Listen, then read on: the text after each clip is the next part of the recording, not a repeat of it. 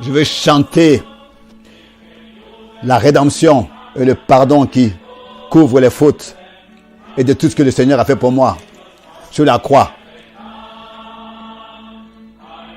Alléluia. Je suis délivré. Alléluia. Revenu à la maison. Alléluia.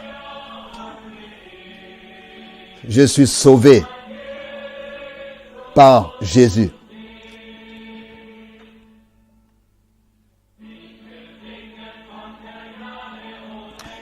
Je veux chanter la grâce de Dieu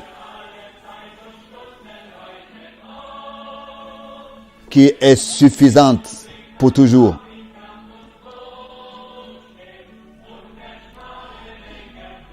Je suis heureux et le chemin étroit me mène au but. Alléluia. Je suis délivré. Alléluia. Ramené à la maison. Alléluia. Oh mon Jésus, je te loue.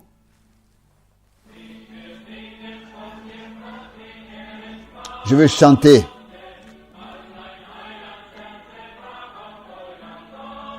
concernant la croix et comment est-ce qu'il mourut pour moi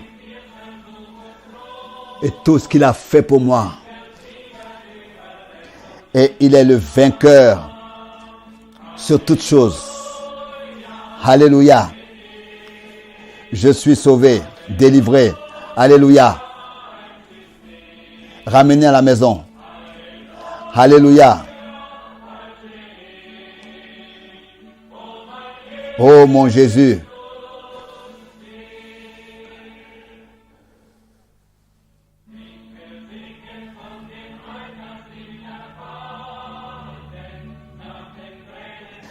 Je veux chanter concernant la cité céleste qui m'attend.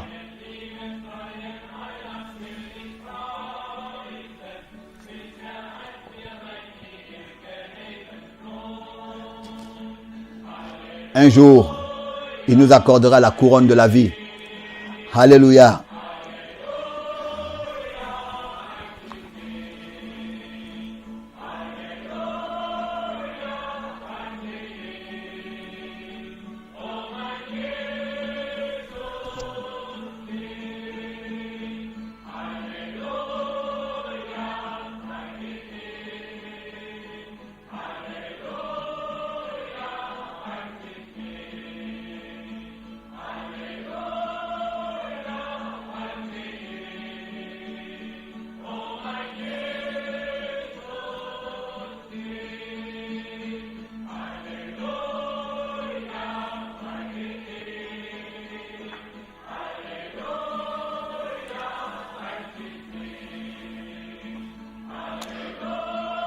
Alléluia, je suis attiré vers la maison céleste où je verrai mon Jésus.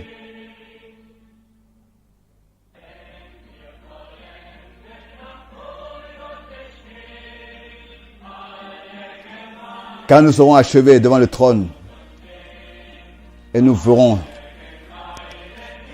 le Seigneur tous revêtus, transfigurés dans sa gloire, transformé à son image,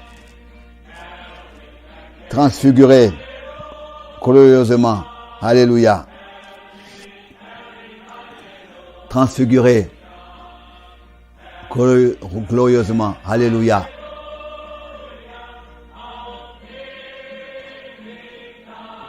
Pour toujours à la maison, dans la gloire.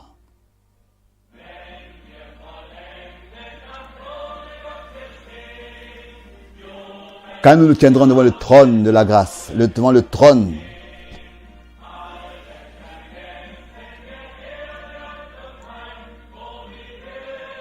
comme ce sera merveilleux.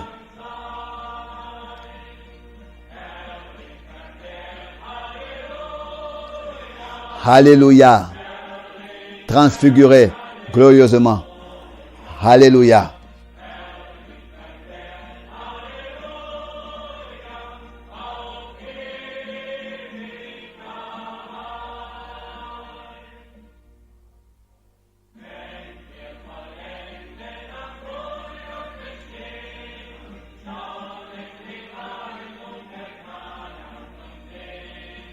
Comme ce sera merveilleux.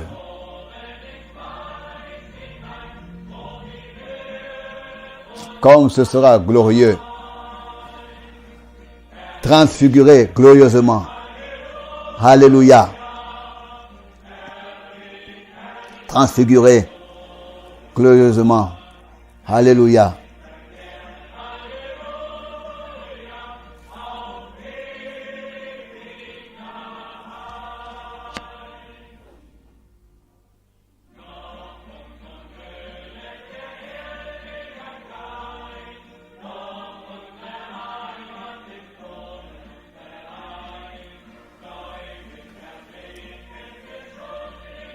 Quand nous verrons tout ce qu'il a préparé pour ceux qui l'aiment, nous serons pour toujours auprès de lui dans la gloire. Alléluia. Transfiguré, glorieux. Alléluia.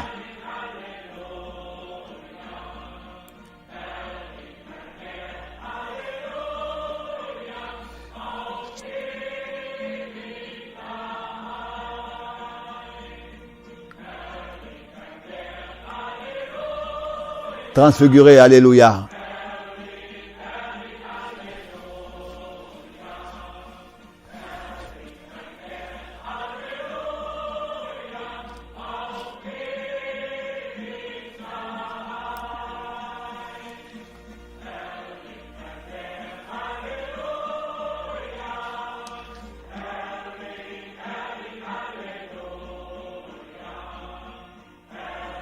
Transfiguré, alléluia.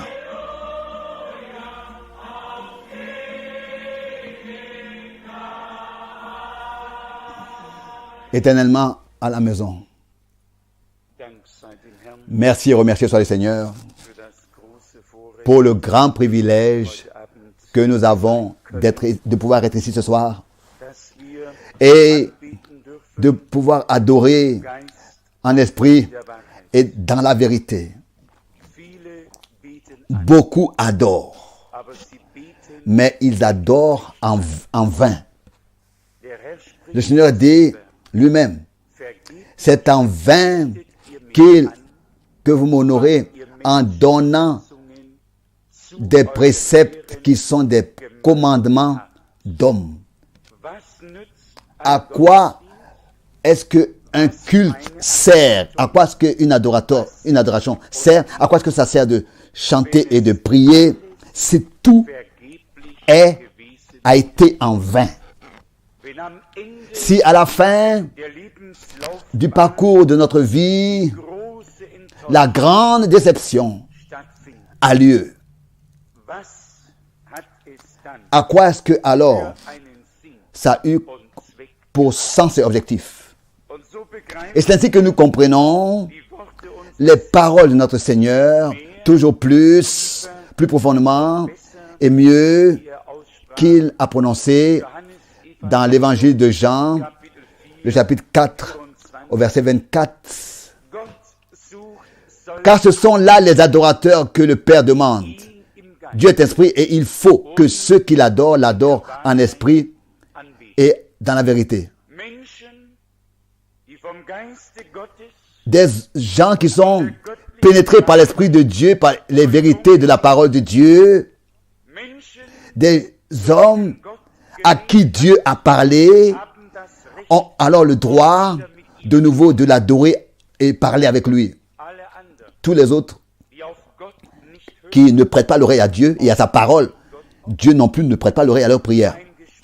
Un entretien est toujours une chose. Il n'y en a pas qu'un seul qui parle dans un entretien. On ne peut pas parler d'un entretien.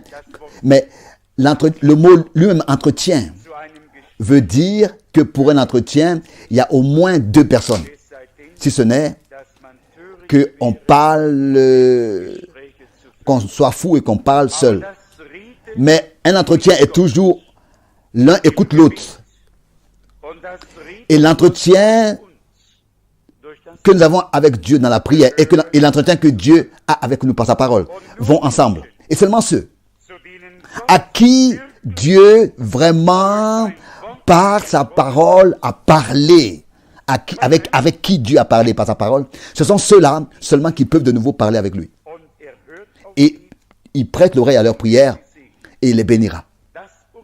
Le jugement, ce n'est pas nous qui le prononçons, ça c'est Dieu qui lui-même l'a prononcé. Mais c'est ainsi que c'est écrit réellement dans Marc chapitre 7, verset 7 et dans d'autres écritures. Matthieu 15, verset 9.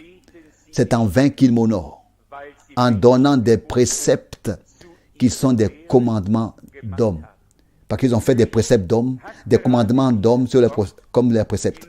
Et cette parole dans ces derniers jours m'a très touché. Si partout, les efforts qui sont faits par tous ces cultes qui sont tenus, et ces réunions qui sont tenues, et l'effort qui est fait pour subsister devant Dieu, si après tout cela, le mot vain, en vain est écrit.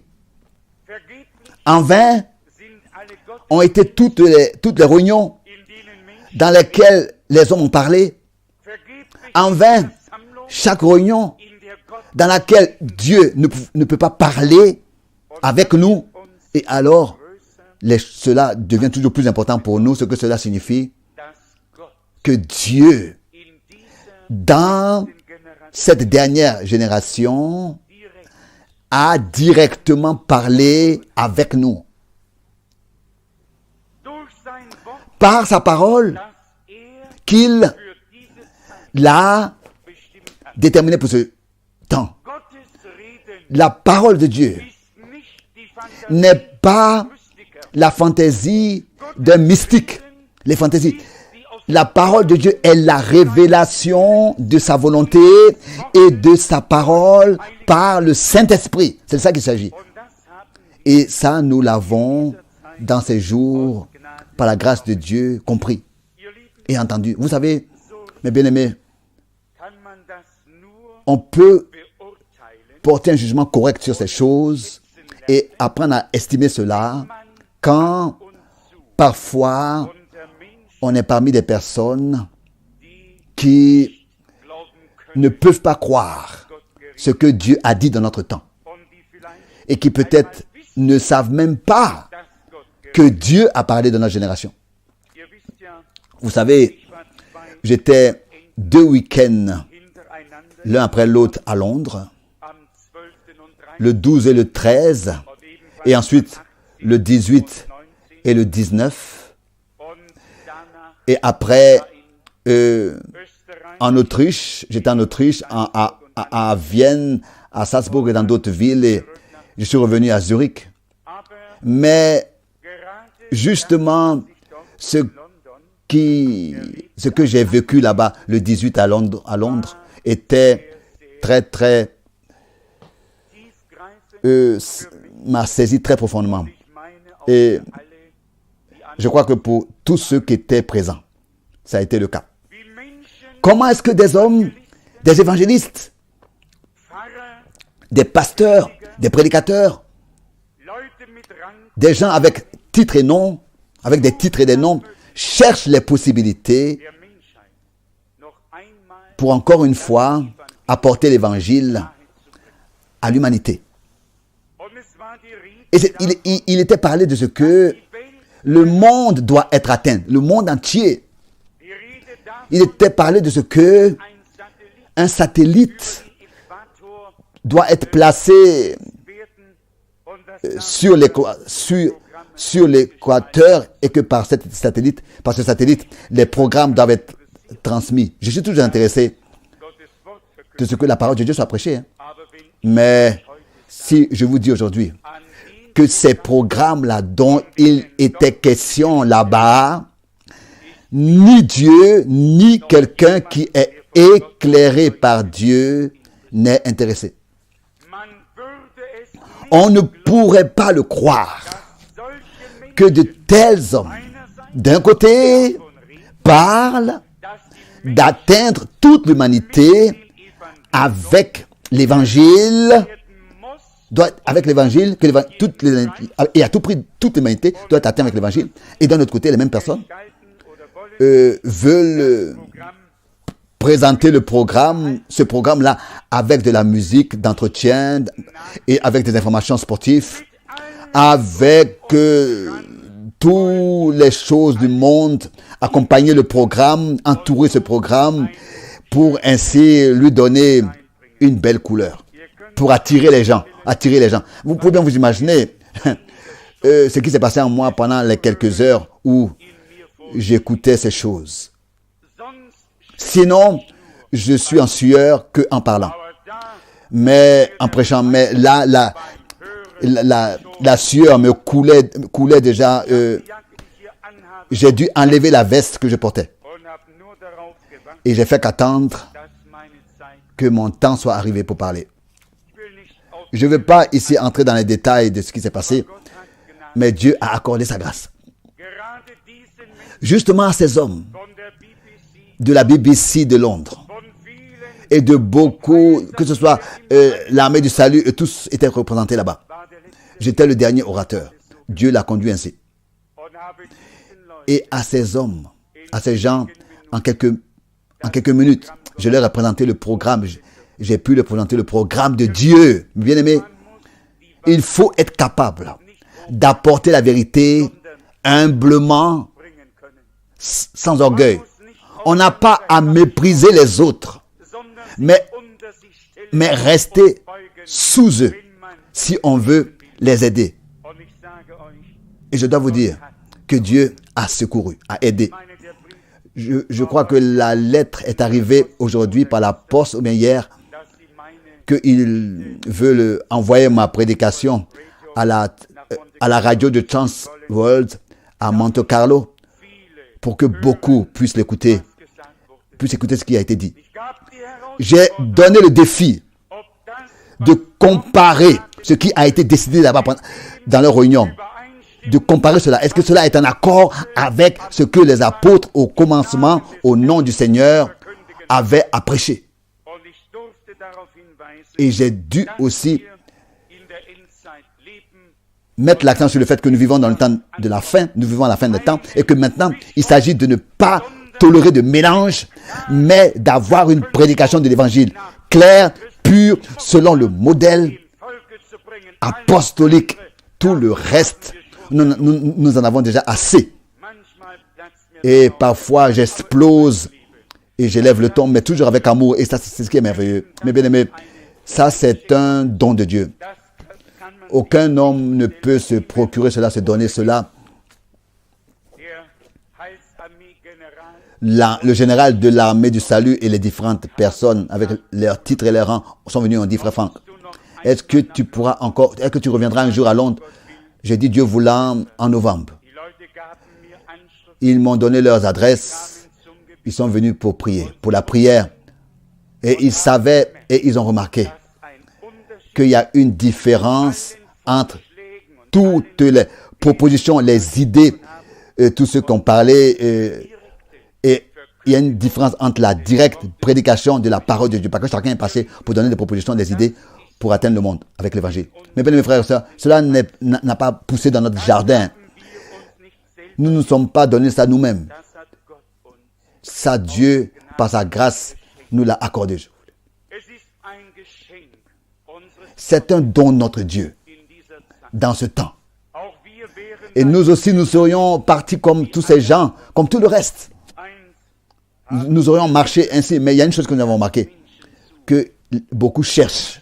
Ils cherchent et ne savent pas ce qu'ils cherchent. Mais Dieu nous a fait grâce de nous confier ce merveilleux et ce grand message de salut. Je me rappelle alors que j'étais assis en face du Bischof Ratzinger et que je lui disais certaines choses. Et alors que j'avais mentionné le nom de frère Branham, il s'est dressé, il s'est redressé et puis il a dit: mais William Branham, qu'est-ce que tu as dit? J'ai dit oui. Et il a répondu: mais je le connais bien. J'ai préparé, je crois que c'était où? En Jamaïque, Jamaïque. J'ai préparé ces réunions plusieurs années, l'une après l'autre. Il a tendu la main vers la gauche et il m'a montré son image, sa photo avec la colonne de feu. Il m'a dit: ici j'ai sa photo avec la colonne de feu sur sa tête. Et il m'a dit: frère Franck, depuis les jours de Jésus, un tel ministère comme William Branham l'avait sur terre n'a pas existé. Je voulais bien sûr lui demander, mais pourquoi est-ce que son représentant a un col de prêtre et une croix sur la poitrine? S'il dit qu'il croit au ministère de Frère Branham. Bon, je ne suis pas obligé de le faire comme ça tout de suite, je peux le faire plus tard. Vous voyez, cette question m'est venue tout à l'heure, que nous, en tant que personne, quand on devient croyant, on perd un peu le côté naturel. Nous ne sommes pas exactement ce que Dieu voulait faire de nous. Si nous pouvions être les deux normalement, de vrais enfants d'hommes et de vrais enfants de Dieu, et pas quelque chose que nous mettons artificiellement entre les deux. Et là, je devais penser à Frère Branham. Il était un homme qui avait les deux pieds sur terre, que je tenais. Il allait à la chasse, il allait à la pêche, il avait ses hobbies dans la vie terrestre. J'ai compté ses fusils, 49 fusils dans sa chambre. Et nous dirions, mais un moment s'il te plaît. Mais il y a une chose que je veux vous dire. Ce grand homme de Dieu est resté normal. La plupart des croyants commencent à dérailler et se revêtent d'une sainteté et d'une justification artificielle et deviennent rien d'autre que des pharisiens. Et c'est ainsi que nous avons tout un nombre de pharisiens dans le royaume de Dieu qui sont plus pieux que tous les autres. Mais avec cela, Dieu et le royaume de Dieu ne sont pas servis. Dieu veut des vrais enfants de Dieu dans son royaume. Il veut aussi avoir des citoyens sensés qui savent ce qui est convenable. Et je pense que nous, en tant que croyants réellement, de toute manière, nous devons rester tels que d'autres peuvent par nous recevoir un modèle ou bien prendre exemple sur nous, aussi dans les domaines, dans les choses terrestres. Alors, ensuite, il y a eu les réunions en Autriche. Aussi, de nouveau, quelque chose de très particulier s'est passé. La réunion à Vienne, ça, je l'ai déjà mentionné, raconté. Elle était très critique. La maison Albert Schweitzer appartient à l'église catholique. Et le pasteur qui me rencontrait là-bas m'a posé 3 questions, l'une après l'autre, comme d'un revolver, tiré d'un revolver. La première a été, est-ce que vous appartenez au conseil écuménique des églises? Conseil écuménique. J'ai dit non. La deuxième question était, est-ce que vous appartenez à l'alliance évangélique? Et je lui ai dit non. Il a dit, mais est-ce que vous appartenez au moins à l'église pentecôtiste? Et je lui ai dit non. Et alors, bien sûr, que tout était trop tard. Mais alors, il m'a dit, mais il y a mon frère Hans Bauer. Nous étions là, ensemble là-bas. Il m'a dit alors, si j'avais su cela, je n'aurais pas dû vous louer cette salle. Mais ce qu'il ne sait pas, Dieu le savait, c'est qu'à peu près 70 ou bien 80 personnes étaient venues pour la première fois à la réunion pour écouter la parole de Dieu justement à Vienne. Et si le nom de Albert Schweitzer attire, qu'il puisse attirer certains écrivains, tant que les gens sont dans la salle, il y a un autre nom qui est à la première place, c'est le nom de Jésus-Christ, notre Seigneur. Et c'est ainsi que nous sommes reconnaissants à Dieu, reconnaissants pour tout. À Salzbourg, il y a eu une atmosphère merveilleuse, glorieuse, céleste. Et notre sœur qui est là de Vienne, elle m'a raconté qu'il y avait quelqu'un là-bas pendant la réunion qui m'interrompait et qui parlait pendant que je prêchais et qui voulait apporter, ou bien qui voulait, donc c'est une sœur. Je voulais cette fois-ci épargner les sœurs. C'est pas un homme, c'était une sœur. Mais vous voyez, nous devons être sincères ici, particulièrement quand nous sommes assis devant, debout devant. C'était une sœur. Dans la réunion à Vienne, mais elle n'a pas eu la possibilité de parler. Ils disent que la sœur a dit, elle était tellement touchée par la prédication qu'elle n'avait plus rien à dire. Alors qu'elle interrompait.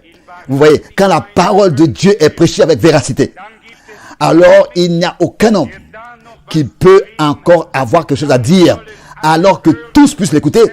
la recevoir dans leur cœur et remercier Dieu pour cela. Je ne dois pas oublier de dire ce que notre frère, bien-aimé frère, je crois le premier, il est venu de la Belgique avec son frère vers midi. Il était midi, il est venu de la Belgique avec son fils, je crois. Il m'a salué, il m'a dit, j'ai une telle faim. Oh, j'ai faim.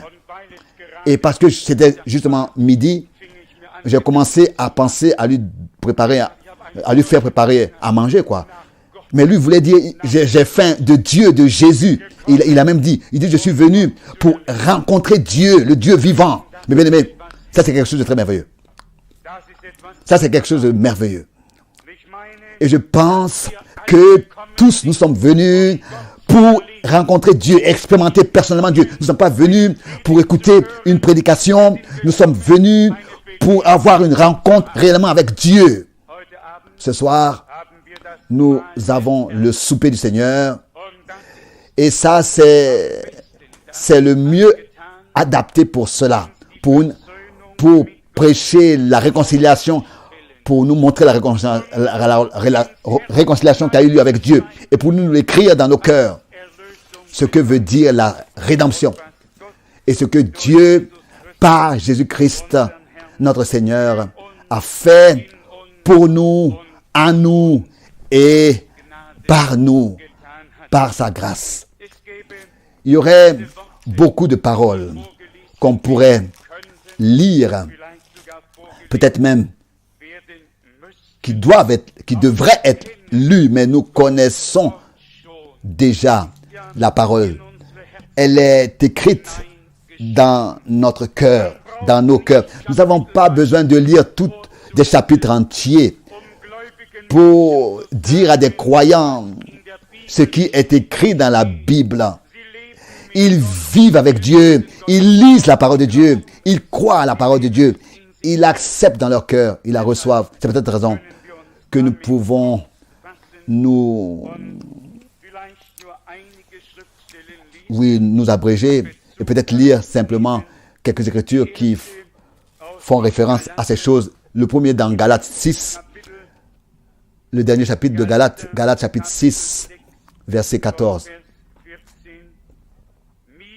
Pour ce qui me concerne, loin de moi la pensée de me glorifier d'autre chose que de la croix de notre Seigneur Jésus-Christ, par qui le monde est crucifié pour moi comme je le suis pour le monde. Car ce n'est rien d'être circoncis ou incirconcis. Ce qui est quelque chose, c'est d'être une nouvelle création. Paix et miséricorde sur tous ceux qui suivent cette règle et sur l'Israël de paix, de Dieu, pardon. L'Israël de Dieu. Mes bien-aimés, ça, c'est une parole merveilleuse. Autrefois, déjà, il y avait eu la dispute entre la circoncision et l'incirconcision, ce qui doit être fait. Et ici, Paul place la croix et le crucifié au centre et dit, ce n'est rien d'être circoncis ou incirconcis. Ce qui est quelque chose, c'est d'être une nouvelle création. Ce qui est quelque chose, il s'agit de Jésus-Christ, le crucifié.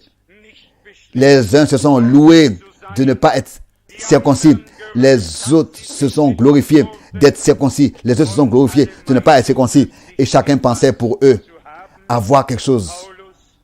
Et Paul, un homme de Dieu, qui avait un appel particulier et avec cela une responsabilité, et pas seulement ça, mais il avait l'inspiration et la parole du Dieu Tout-Puissant pour les différents points et questions, donner la réponse correcte aux yeux de Dieu. il ne s'agit pas seulement qu'une réponse soit donnée, mais que à des questions divines, une question divine soit donnée pour que tous puissent savoir où ils sont. Les questions concernant les choses de Dieu, la parole de Dieu, il faut que ce soit la réponse de Dieu. Et nous savons ce que Paul, par Ananias, en forme d'une prophétie, lors de sa conversion. Vous savez ce que Ananias a dit à Paul lors de sa conversion. Il est écrit dans Actes des Apôtres, au chapitre 22. Nous savons ce que Paul a reçu d'Ananias comme parole. Actes des Apôtres 22, verset 12. Or, un nommé Ananias, homme pieux selon la loi, et de qui tous les Juifs demeurant à Damas rendaient un bon témoignage, vint se présenter à moi et me dit: Saul, mon frère, recouvre la vue. Au même instant, je recouvrais la vue et je le regardais et je pouvais le voir. En allemand. Et il dit: le Dieu de nos pères t'a destiné, en allemand, à connaître sa volonté et à voir le juste et à entendre un appel de sa bouche, à entendre les paroles de sa bouche, car tu lui serviras de témoin auprès de tous les hommes. Peut-être seulement jusqu'ici cette parole. Revenons à cette parole de Galates, chapitre 6, au verset 14. Pour ce qui me concerne, loin de moi la pensée de me glorifier d'autre chose que de la croix de notre Seigneur Jésus-Christ, par qui le monde est crucifié pour moi, comme moi je le suis du monde. Et ensuite, car ce n'est rien d'être circoncis ou incirconcis. Ce qui est quelque chose, c'est d'être une nouvelle création. Une nouvelle créature. Et là, nous pouvons aussi dans 2 Corinthiens 5 lire, où Paul le dit au verset 17, si quelqu'un est en Christ, il est une nouvelle création. Les choses anciennes sont passées. Voici, toutes choses sont devenues nouvelles. Et de cet homme, il a ensuite dit, paix et miséricorde, Galates 6, verset 16, sur tous ceux. Donc la paix et la miséricorde viennent sur tous ceux qui suivent cette règle et sur l'Israël de Dieu. Tous ceux qui sont devenus une nouvelle création, qui vraiment sont nés de nouveau par la parole et par l'Esprit de Dieu. Ils ont la paix ils ont reçu la paix avec Dieu par notre Seigneur Jésus-Christ.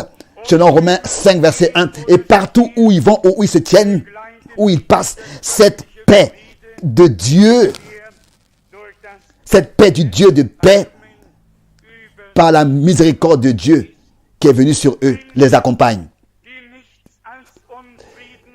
Ceux qui font que produire des conflits partout ne sont pas des gens qui sont nés de nouveau. Ils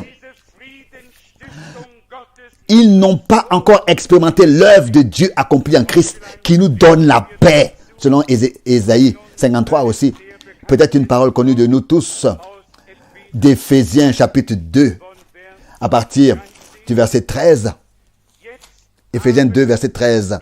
Mais maintenant, en Jésus-Christ, vous qui étiez jadis éloignés, mais maintenant, vous qui êtes en Jésus-Christ, en allemand, vous qui étiez jadis éloignés, vous avez été approchés par le sang de Christ, car il est notre paix. Lui qui des deux n'en a fait qu'un. Et après avoir aboli la loi, et qui a renversé le mur de séparation, l'inimitié, après avoir aboli la loi et ses statuts par le don de son corps, afin de créer en lui-même avec les deux un seul homme nouveau, transformé, changé, renouvelé, qui procure la paix, en allemand. Avons-nous tous entendu et lu? Par la croix de Golgotha, l'inimitié, la lettre, l'acte qui nous condamnait, tout a été effacé, a été aboli, anéanti. Et d'un homme qui était éloigné de Dieu, il a été rendu un homme qui est rapproché de Dieu, qui est proche de Dieu, qui vit dans la présence de Dieu, parce qu'il est transformé, changé, renouvelé. Et cet homme qui était quelqu'un qui produisait des conflits est devenu quelqu'un qui produit qui procure la paix en tant qu'un nouvel homme créé en Christ, transformé, changé, renouvelé. Ça, c'est le signe véritable d'une vraie conversion et d'une vraie nouvelle naissance authentique qu'un homme doit expérimenter avec Dieu. Est-ce que, et ne voulons-nous pas ici souvent nous en sortir facilement?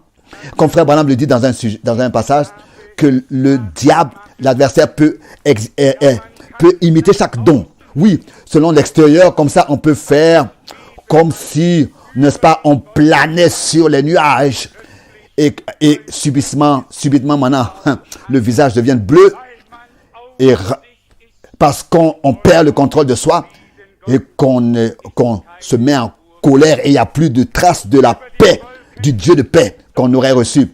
Donc pas planer sur les nuages, mais se tenir sur le sol de la victoire de Golgotha, là où notre réconciliation et notre rédemption a eu lieu.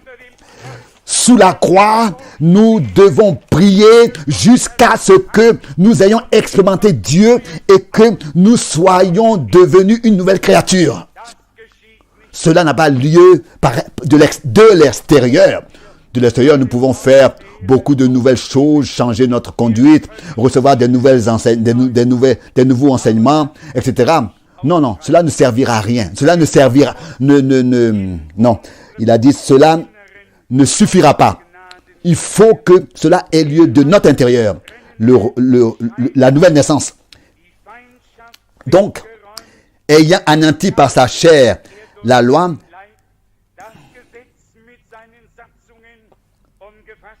il relit Éphésiens 2, verset 14b, qui a renversé le mur de séparation, l'inimitié, ayant anéanti par sa chair la loi des ordonnances dans ses prescriptions, afin de créer en lui-même avec les deux un seul homme nouveau, transformé, qui procure la paix.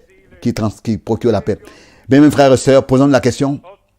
Est-ce que Dieu, toi et moi, nous a fait devenir cet nouvel homme, ce qui procure la paix, qui a la paix avec Dieu et qui peut la procurer, qui dans toutes ses voies procure la paix, qui avec toutes ses paroles procure la paix, avec tout ce qu'il fait et tout ce qu'il fait procure la paix par ses paroles, par sa marche, par ses actions.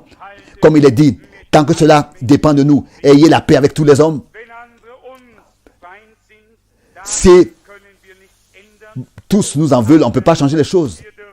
Mais nous avons la grâce d'appartenir à ceux dans le cœur desquels la paix de Dieu, qui surpasse toute intelligence, habite. La paix de Dieu, du Dieu de paix. Et alors nous sommes reconnaissants à Dieu pour cela. Par sa grâce, il y a encore une parole dans Philippiens qui aussi s'ajuste bien à cela. Ici, il est dit dans Philippiens chapitre 2, verset 9. Oui, peut-être déjà verset 8. Philippiens 2, verset 8. Il s'est humilié lui-même, se rendant obéissant jusqu'à la mort, ou même jusqu'à la mort de la croix.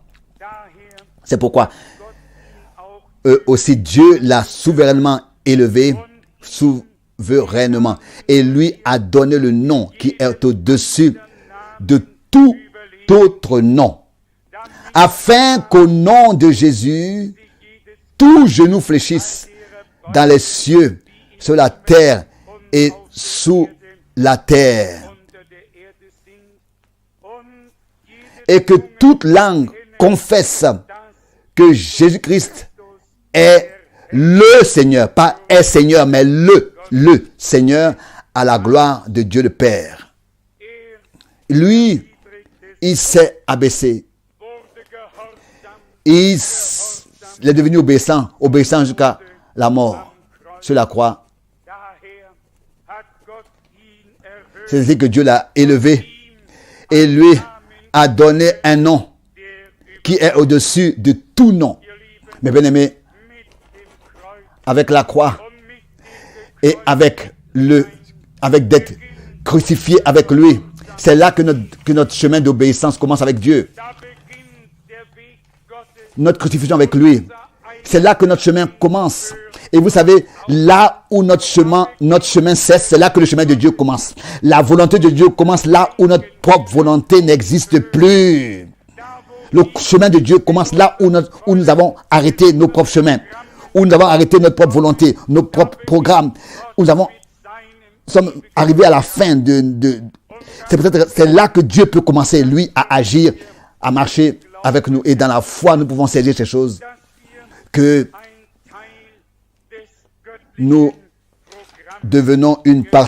sommes devenus une partie du programme de Dieu. Aujourd'hui, nous voulons et nous allons, avec l'aide de Dieu, fêter le souper.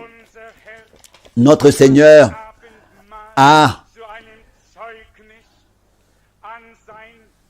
le témoignage de ses souffrances, de sa mort et de son sang répandu a été laissé par notre Seigneur comme un héritage à l'Église.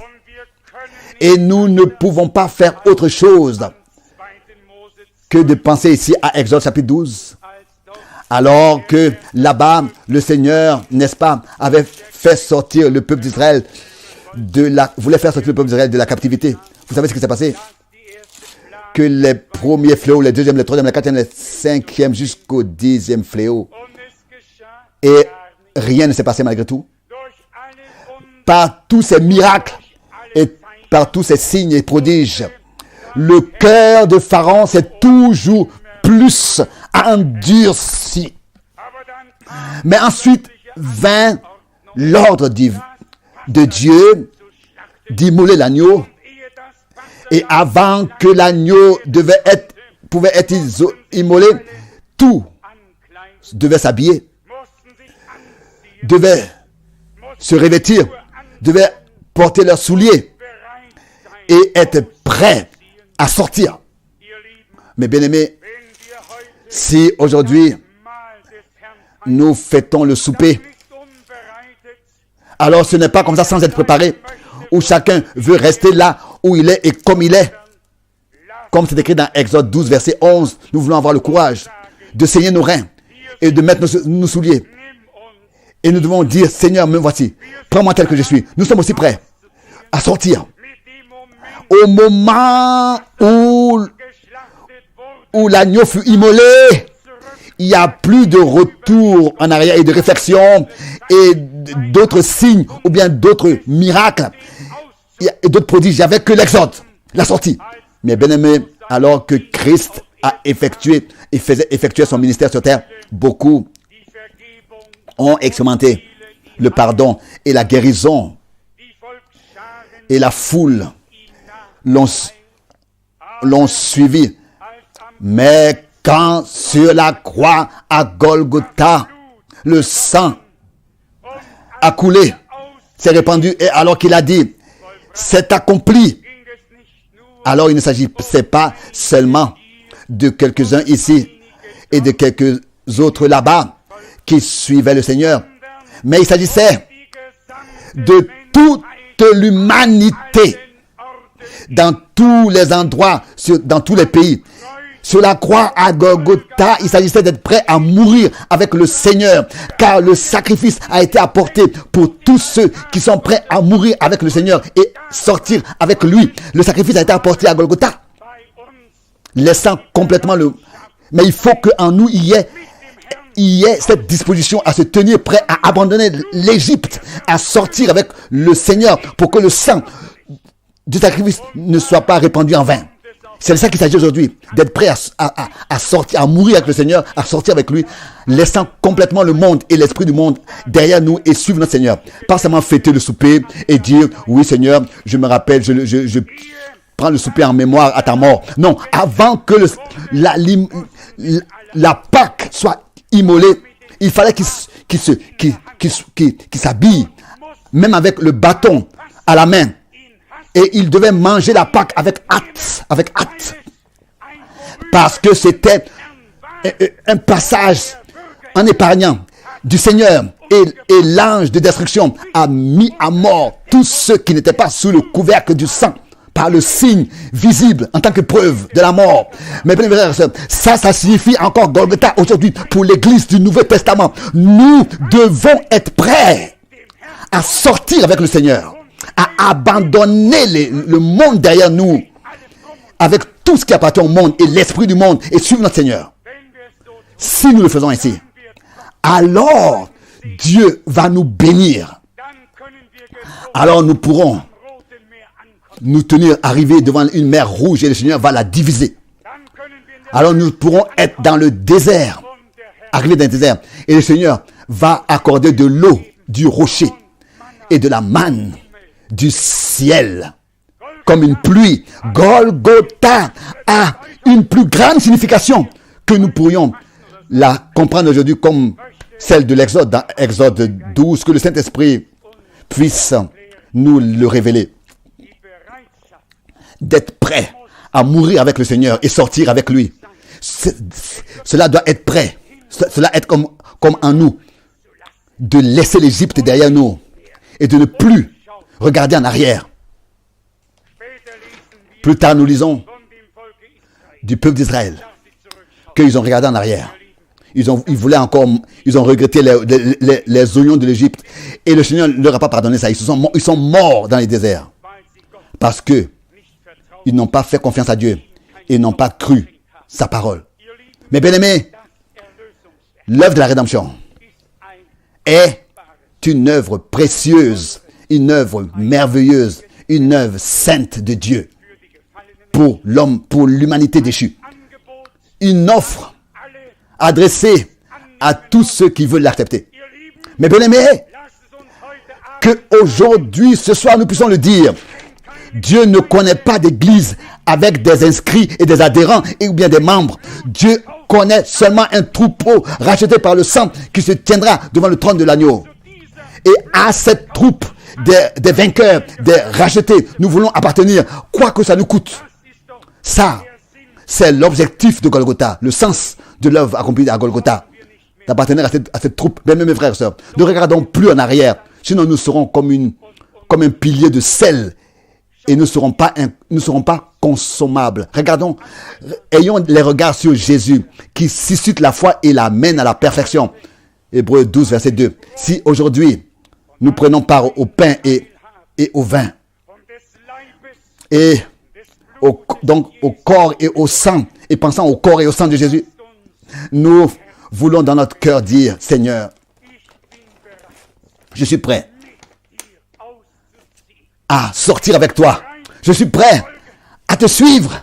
Je suis prêt à porter ton opprobre. Tu es venu à nous et tu as payé le prix. Moi, je suis prêt à te suivre et j'accepte. Je prends part au souper qui représente ta mort, ta réconciliation, ton sang répandu et ma résurrection. Je reconnais que tout cela a eu lieu pour moi. Et je te remercie pour cela. Acceptons aujourd'hui. Prenons part aujourd'hui au souper. Dans cette disposition de notre cœur et cette conviction. Comme un cantique le dit. Jamais plus jamais plus regarder en arrière, jamais plus retourner en arrière. Pour nous, il n'y a pas de retour en arrière. Où devons-nous aller? Toi seul as les paroles de la vie éternelle. Dieu nous a donné un plein salut en Jésus-Christ, notre Seigneur, par sa grâce. Est-ce que tu veux aujourd'hui l'accepter? Alors, lève-toi, Saint-Terrain, à rencontrer ton Dieu et sois prêt dans ton cœur à vraiment le suivre et à ne pas apporter avec toi l'esprit du monde et l'Égypte, mais à laisser tout derrière toi. Que le Seigneur puisse bénir sa sainte et précieuse parole en nous tous, par sa grâce. Seulement encore cela, encore que cela soit encore permis en ce qui concerne le lavage des pieds.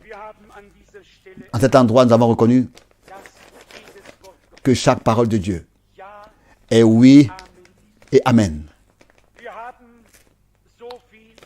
Nous avons compris qu'il n'y a personne sur terre qui a le droit d'interpréter la parole de Dieu et d'annuler la parole de Dieu en l'interprétant. Prenez vos décisions, mais prenez-la selon la parole de Dieu, en accord avec la parole de Dieu. Je lis dans Jean 13, pour que vous puissiez savoir que c'est vraiment écrit ici. Ce n'est pas quelque chose que nous voulons faire comme ça de nous-mêmes. Moi, dans ma vie, je ne l'aurais jamais fait. Ça, je vous le promets, je ne l'aurais jamais fait. Mais ici, c'est écrit. Et faisons attention à ne pas annuler la parole de Dieu par nos interprétations. Jean 13, verset 4, il est écrit la chose suivante. Se leva de table, ôta ses vêtements et prit un linge dont il se saignait. Ensuite, il versa de l'eau dans un bassin et il se mit à laver les pieds de ses disciples et à les essuyer avec le linge dont il était saint. Dont il était saint. Il vint donc à Simon-Pierre et Pierre lui dit, « Toi, Seigneur, tu me laves les pieds. Tu veux me laver les pieds ?» Jésus lui répondit, « Ce que je fais, tu ne le comprends pas maintenant, mais tu le comprendras bientôt. » Pierre lui dit, « Non, jamais. Tu ne me laveras les pieds. » Jésus lui répondit, « Si je ne te lave, tu n'auras point de part avec moi. » Simon-Pierre lui dit, « Seigneur, non seulement les pieds, mais encore les mains et la tête. » Jésus lui dit, « Celui qui est baigné n'a besoin que de se laver les pieds pour être entièrement pur. Et vous êtes purs, mais non pas tous. » Car il connaissait celui qui allait le livrer. C'est pourquoi il dit, vous n'êtes pas tous purs. Après qu'il leur eut lavé les pieds et qu'il eut pris ses vêtements, il se remit à table et leur dit, comprenez-vous ce que je vous ai fait? Vous m'appelez Maître et Seigneur, et vous dites bien, car je le suis. Si donc, je vous ai lavé les pieds, moi le Seigneur, et le Maître, vous devez aussi vous laver les pieds les uns aux autres. Car je vous ai donné un exemple afin que vous fassiez comme je vous ai fait. En vérité, je vous le dis, le serviteur n'est pas plus grand que son Seigneur, ni l'apôtre plus grand que celui qui l'a envoyé. Si vous savez ces choses, vous êtes heureux, pourvu que vous les pratiquiez. Qu'est-ce que j'en peux? Est-ce que je suis responsable de ce que notre Seigneur a dit? Ou bien est-ce que j'ai à mettre en pratique ce qu'il a ordonné? Mes bien-aimés, nous sommes simplement à la fin des jours, arriver à la fin des jours. Et nous voulons, tant que cela dépend de nous, ne pas interpréter une seule écriture. Le temps des interprétations est passé pour l'Église. Durant plusieurs années, j'ai écouté plein d'interprétations sur Jean 13. On s'est moqué même de ce chapitre. Ils se sont moqués de ce chapitre. Ils ont dit aujourd'hui, nous allons nous cirer les souliers à l'un à l'autre et ce sera... Ou bien alors on se lave la tête comme c'est écrit ici. Non, c'est pas possible. La parole de Dieu est sainte. Et elle doit être mise en pratique telle qu'elle nous a été ordonnée dans la Bible, noir sur blanc. Et je vous dis tous, s'il y a quelqu'un qui est ici, qui n'a pas encore la révélation, vraiment une révélation de l'Esprit de Dieu dans son cœur, ne vous sentez pas obligé de le faire. Alors, donc, ça voudra dire que la prochaine fois, vous pourrez le faire. Ne faites rien si ce n'est que vous le faites avec conviction pour faire la volonté de Dieu. Je sais de moi-même, aussi d'autres, on a besoin parfois un peu de temps pour réfléchir. Pas chacun peut comme ça tout de suite comprendre tout et aussi peut-être même prendre part à tout. Quoique nous ne devrions pas comme ça laisser la liberté à chacun de faire ce qu'il veut. Mais je dis quand même, si quelqu'un ne sent pas dans son cœur, ne voit pas cela comme ça dans son cœur, et que ce n'est pas de tout son cœur, de plein gré qu'il le fait, ne vous inquiétez pas. Donc, ça voudra donc laisser, et ne vous sentez pas obligé, que personne se sente obligé de faire quelque chose. Et sans conviction, c'est pas bien. Sentez-vous libre. Je pense que Dieu va nous bénir tous. Il nous aidera à comprendre et nous accordera sa grâce et sera avec nous tous. Aujourd'hui, ici à cet endroit, nous pouvons avoir un souper avec notre Seigneur. Nous pouvons expérimenter la puissance de Dieu, la victoire de Golgotha et tout ce qui appartient à cela. Aujourd'hui, en cet endroit, nous pouvons l'expérimenter. Nous voulons être prêts de tout notre cœur à suivre le Seigneur, à dire Seigneur, toi, tu as été prêt à donner toute ta vie pour moi dans la mort. Moi, je suis prêt à te donner toute ma vie, à te consacrer toute ma vie, à me mettre entièrement à ta disposition. Prends-moi, utilise-moi comme tu le veux. Fais de moi une bénédiction pour d'autres. Et Dieu va le faire par sa grâce. Dans le Saint-Nom de Jésus-Christ. Amen. Amen.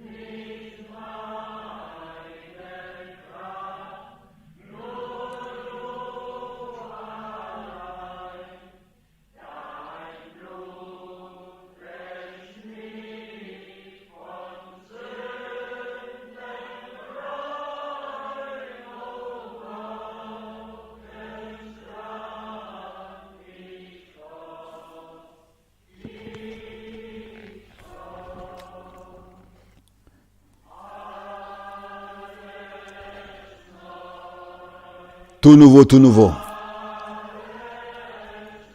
Tout nouveau, tout nouveau.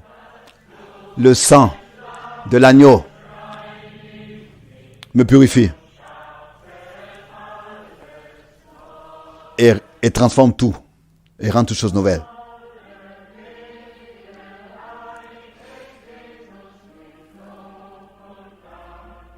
Dans tout le chemin, Jésus me fortifie. Louange et reconnaissance.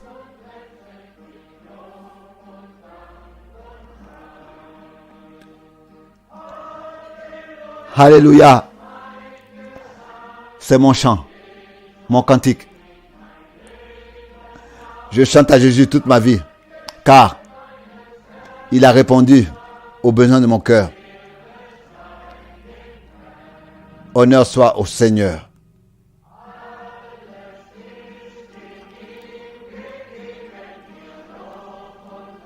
Tout est mis à sa disposition ici. Louez et reconnaissez et remerciez. Car il est le roi. Louez, louange, gloire et adoration. Alléluia. C'est mon cantique. Je le chante toute ma vie à Jésus. Car il a répondu aux besoins de mon cœur. Honneur soit au Seigneur.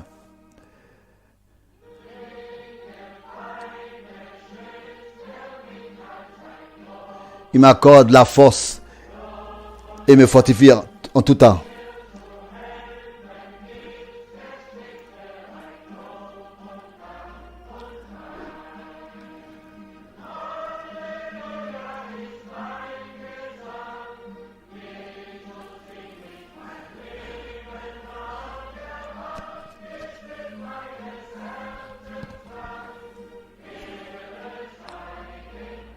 Honneur et gloire soit au Seigneur.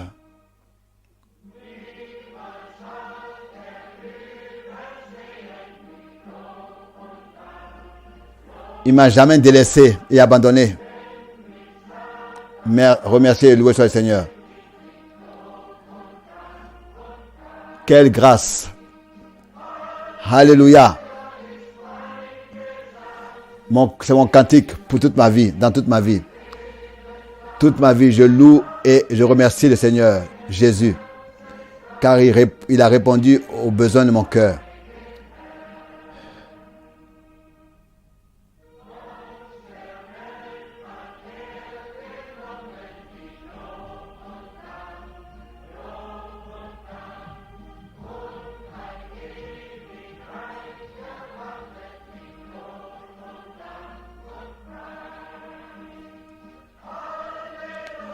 Alléluia. C'est mon cantique. Je loue à Jésus. Je loue Jésus. Car il a exaucé les besoins de mon cœur.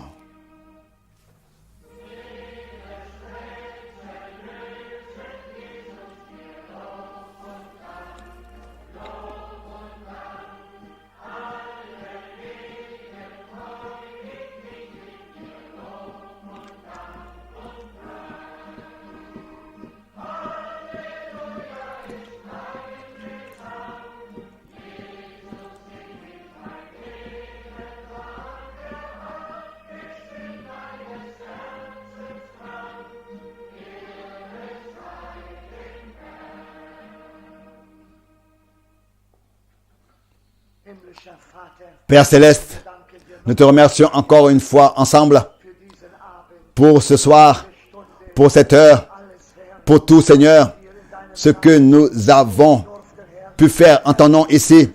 C'est une bénédiction, que cela reste une bénédiction pour nous et tu as fait de grandes choses à nous.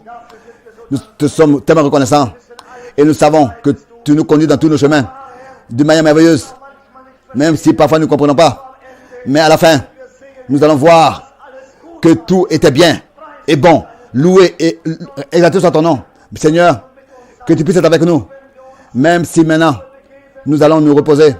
Que tu puisses, Seigneur, détendre tes bras, tes mains protectrices sur nous. Et être avec nous. Et demain, nous permettre de nous retrouver encore ici dans la bénédiction. Ça, c'est nos prières. Dans le précieux nom de notre Seigneur Jésus. Alléluia. À toi, l'agneau. Amen. Amen. Amen.